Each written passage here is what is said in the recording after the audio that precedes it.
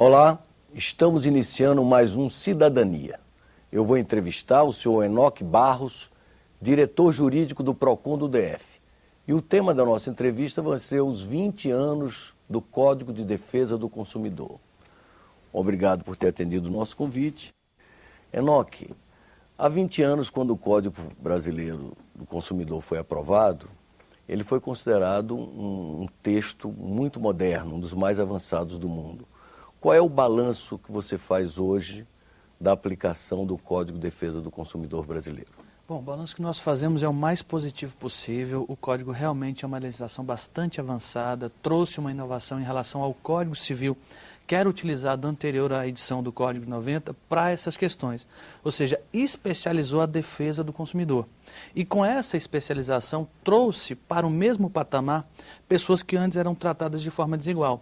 Você tinha grupos econômicos, grandes empresas e o pequeno consumidor. Com a legislação, nós conseguimos colocar essas pessoas em quase pé de igualdade. Ou seja, podendo demandar dentro de uma mesma perspectiva e dentro de um mesmo, como é que a gente pode dizer, de uma mesma situação. Então a legislação ela é avançada nesse sentido porque começou a tratar os conglomerados econômicos na mesma proporção que o pequeno consumidor. E você acha que a população brasileira aciona devidamente o Código na medida que se sente de fato lesado? O cidadão vai e procura o ressarcimento daquele prejuízo, daquela lesão? Sim. Aqui na realidade do PROCON Distrito Federal, sim. E a gente pode também dizer que no Brasil em geral, principalmente nas grandes capitais, a população sim tem acionado a defesa do consumidor, tem buscado os seus direitos e tem entendido o que é buscar esse direito.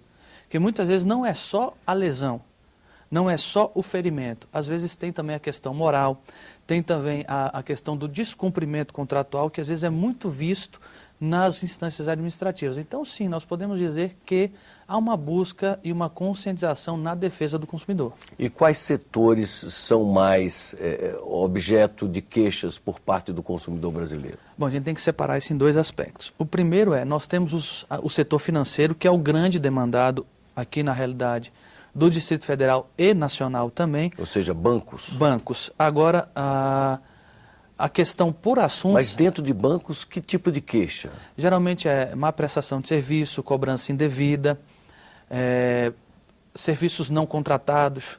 Às vezes se coloca uma tarifa numa conta ou numa determinada operação que não se contratou. Então, dentro desse assunto, os bancos são mais demandados. Mas na linha geral... Aqui no DF e também no Brasil. No Brasil, como todo. As telefonias também são campeãs. Só que a telefonia entra em vários setores. Então a gente precisa setorizar. Hoje nós temos telefonia como grande demandado, mas por assunto seriam os bancos, o setor financeiro. Então nós temos bancos e telefonia como os grandes demandados. E além disso, eu vi aqui que cartão de crédito também é um outro... É um serviço bancário, certo, que é oferecido em diferentes frentes. Você tem o seu cartão de crédito do banco e hoje o grande problema que nós temos são os cartões que são oferecidos em lojas de departamento. Que nesses cartões o consumidor vai em busca de comprar naquela loja e acaba vendo ou tendo uma cobrança dentro daquela operação que ele não contratou, que não foi fornecido a ele a informação adequada. Então muitas vezes você faz um cartão numa determinada loja de departamento e no final, ao chegar a fatura, você descobre que vai pagar além das compras uma tarifa que não estava descrita no contrato, não tinha sido informada. Então hoje nós temos essa questão do cartão de crédito, pode ser aquele da bandeira, pode ser o do seu banco ou dessas lojas de departamento. E que tipo de consumidor mais reclama? Hoje as mulheres reclamam muito, os homens também reclamam muito. Agora a gente tem os setores reclamados, como nós já dissemos, telefonia, principalmente as pessoas acima de 30 anos que reclamam bastante, ou seja, pessoas um pouco mais maduras, que têm reclamado, que têm buscado seus direitos, que têm entendido o que é essa busca do direito. E aqui no PROCON do DF, qual é o nível de satisfação do cliente que vai e reclama? A gente pode dizer que 90% das pessoas que reclamam no PROCON têm o seu pleito atendido. Obviamente nós temos aqueles fornecedores que não querem atender, que relutam em atender, que entendem que não tem que atender, mas acho que aqui no PROCON DF o nosso índice é de 90% de casos solucionados ali no primeiro atendimento.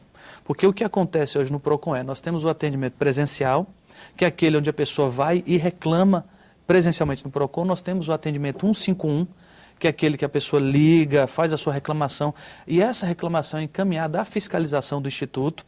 E nós temos a reclamação feita também por meio eletrônico ou por meio do Ministério Público, que recebe uma denúncia nas suas promotorias ou procuradorias de defesa do consumidor e encaminha ao Instituto. Então nós temos essa forma de atuação.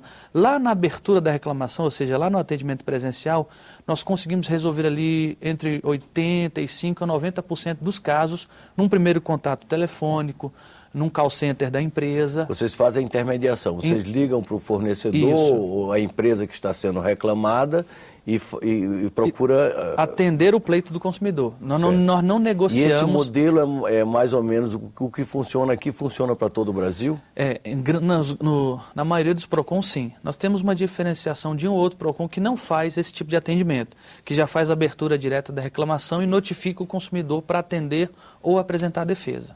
E vocês têm pesquisas sobre o setor para acompanhar exatamente a evolução desse processo de aplicação do Código de Defesa do Consumidor? Temos. Nós fazemos a cada ano o lançamento do que nós chamamos da lista de reclamações fundamentadas, onde constam os setores mais demandados, onde constam as empresas que estão liderando os rankings. Então nós fazemos isso anualmente, mas semestralmente nós fazemos um balanço interno de como estão as reclamações, de quais os setores mais reclamados, e sempre que solicitado ou pela própria empresa ou por uma situação até de divulgação de dados, nós fazemos o balanço trimestralmente do que está sendo realizado. Ou seja, o número de atendimentos que foi realizado naquele trimestre, o número de casos solucionados, o número de atendimentos feitos pelas empresas. Então nós fazemos esse balanço sim para ver como é que está o setor, se o setor está respondendo, se as empresas estão realmente querendo atender e já fazendo ali uma triagem para entender que determinada empresa não merece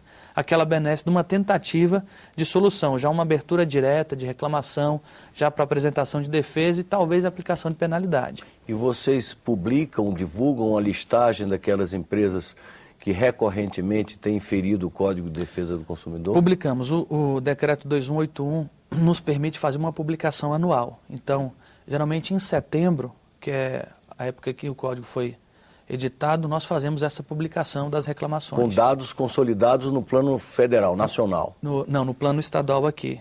E os outros PROCONs também fazem isso? Também fazem isso e isso é encaminhado ao DPDC. Aí o DPDC faz um plano anual. O que é o DPDC? O DPDC é o Departamento de Proteção Nacional de Defesa do Consumidor. É um órgão vinculado ao Ministério da Justiça que serve como orientador dos PROCONs. Como é que isso funciona? O Código, ele não tratou desse assunto, mas o decreto tratou de regulamentar o que nós chamamos de Política Nacional de Defesa do Consumidor.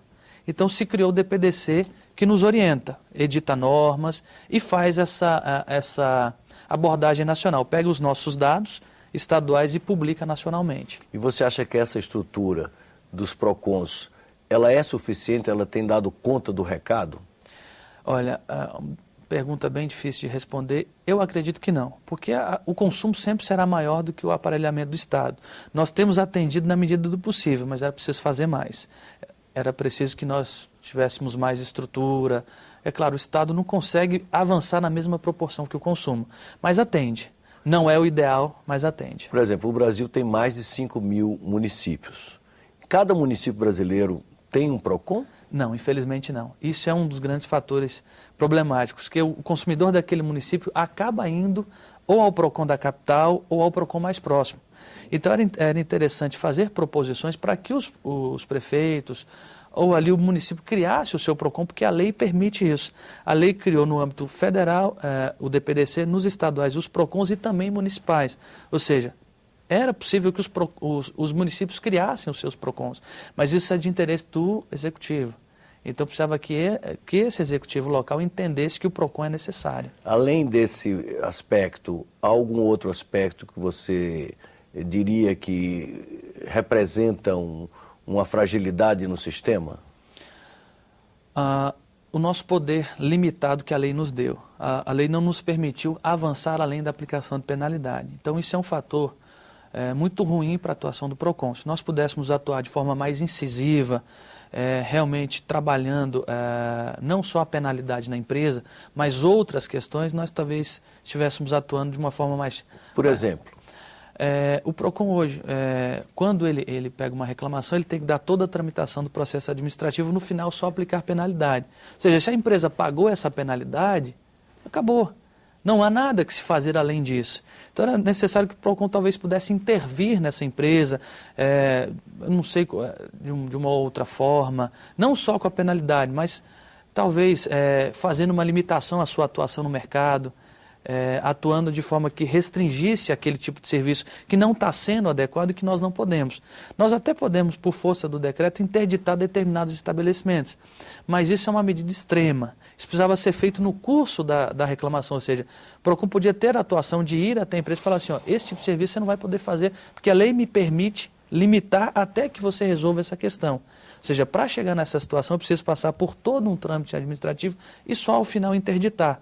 Ou seja, que é a medida mais extrema que o PROCON pode adotar. Agora, no curso da reclamação, eu posso analisar, decidir e aplicar penalidade. Se houve o pagamento, o consumidor que não teve a solução ali no curso administrativo vai ter que procurar o judiciário. Ou seja, todo aquele trâmite administrativo serviu apenas para que a empresa fosse multada, ou seja, nos limita nesse sentido.